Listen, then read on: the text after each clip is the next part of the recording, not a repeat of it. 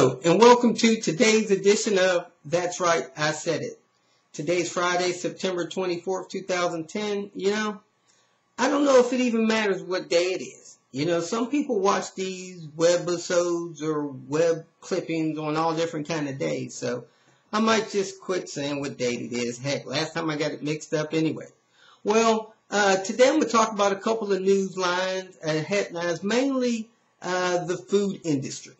There's a big recall on Similac. They found some insect parts in some of the powdered formula.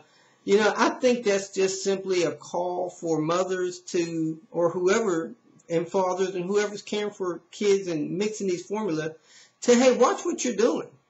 I don't know about you, but if I'm dumping some powdered Similac into the liquid water or whatever, and I see a beetle, I'm probably going to stop, take the beetle out, and decide whether or not I'm going to go forward. If it's the worst thing in the world for a child to drink something that has a little insect leg in it, I think there's worse things going on than that. But, I kind of feel sorry for Similac because, I have a hard time keeping bugs out of my house. I got about a 1550 square foot house. There's gnats. I'm killing gnats. I get a fly in here every once in a while. I seen an ant the other day. Heck, these people have a building that's probably 100,000 square feet. And they got to keep all the bugs out of there? Man, I'm glad that's not my job.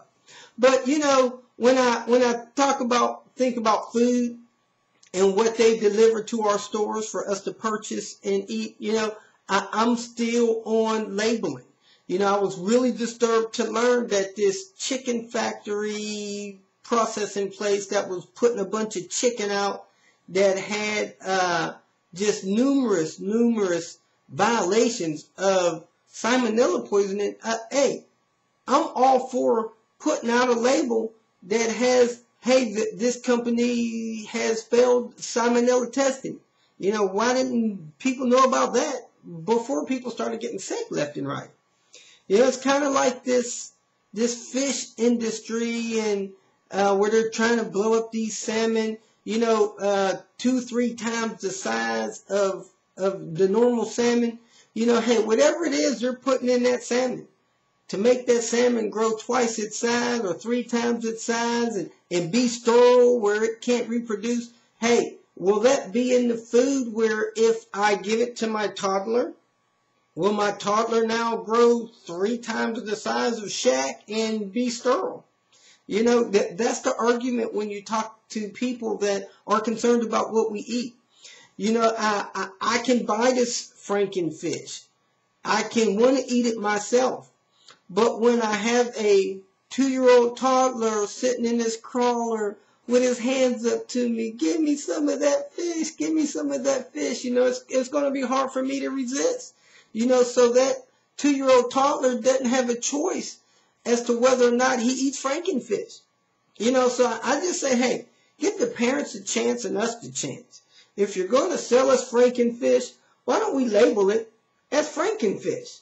You got your label on there, put a picture of Frankenstein on there and put frankenfish, then hey, I clearly know that this is salmon that has been injected with whatever it takes to grow them that big.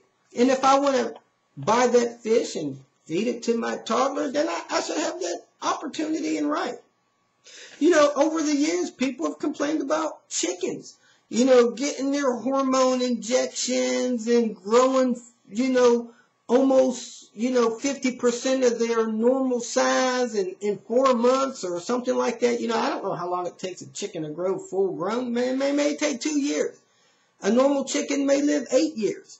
But nonetheless, if you inject him with hormones and beef him up so that he grows his full size that we see him in 4 months, and then my question is, how long will that chicken live if you let him loose after he's been injected with this stuff? Then if I'm eating that, gosh, I'm eating these same hormones and stuff that this chicken, super chicken, I call them Hercules chicken ate. So why don't we go ahead and make a label for the Hercules chicken? You know, you got a little picture of a chicken there. You know, he's about the size of the man. Yeah, hey, if that label was like that, I would know I wasn't eating free-range chicken, as they call it. I'm eating chicken that's been pumped up and, you know, he's ready to go. You know, and that just takes me back to, of course, BP and the Gulf oil spill. You know, we have Iris Cross getting on TV daily, letting us know, you know, keeping us informed on what's going on with BP, man, beautiful spokesperson. Again, Iris, I say, let us know when we're eating BP-approved food. So, you know, here we have a label of some shrimp, and there you have it, BP-approved. Just let us know what we're eating. Give us the opportunity to make the choice. You know, I had a conversation with my wife not too long ago, and we were talking about how restaurants sometimes fail their inspections. And we march right into those restaurants with no knowledge of the last inspection or if they approved it.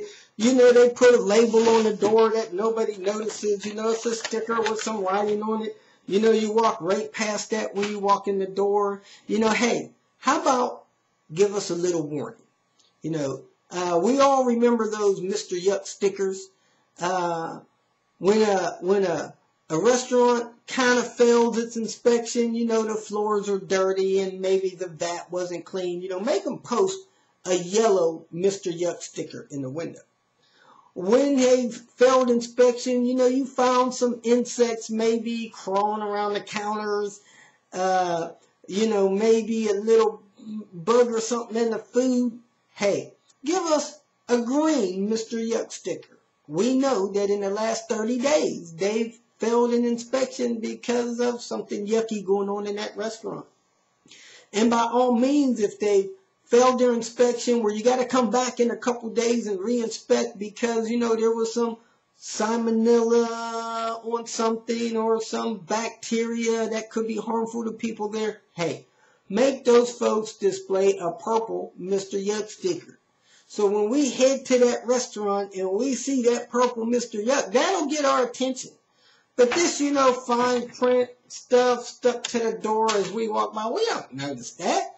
We're blinded by hunger and time restraints for our lunch hour. And, you know, we're just bolting in there, grabbing our favorite food and getting out of there. Hey, do us a favor.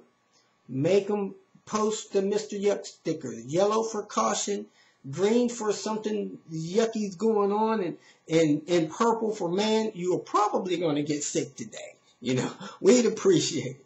Other than that, I just had a little statement about Ahmadinejad, I need a job. Hey, you know, no, we do not believe that the U.S. Did something and had any involvement in this 9/11 deal that happened 9 years ago. Our economy was in good condition. We didn't need to stimulate our economy. Bill Clinton did all that we needed done at that time. You know, our unemployment rate was at 5.3%, somewhere around there, so it was normal. The price of a gallon of gas was $1.61 a gallon.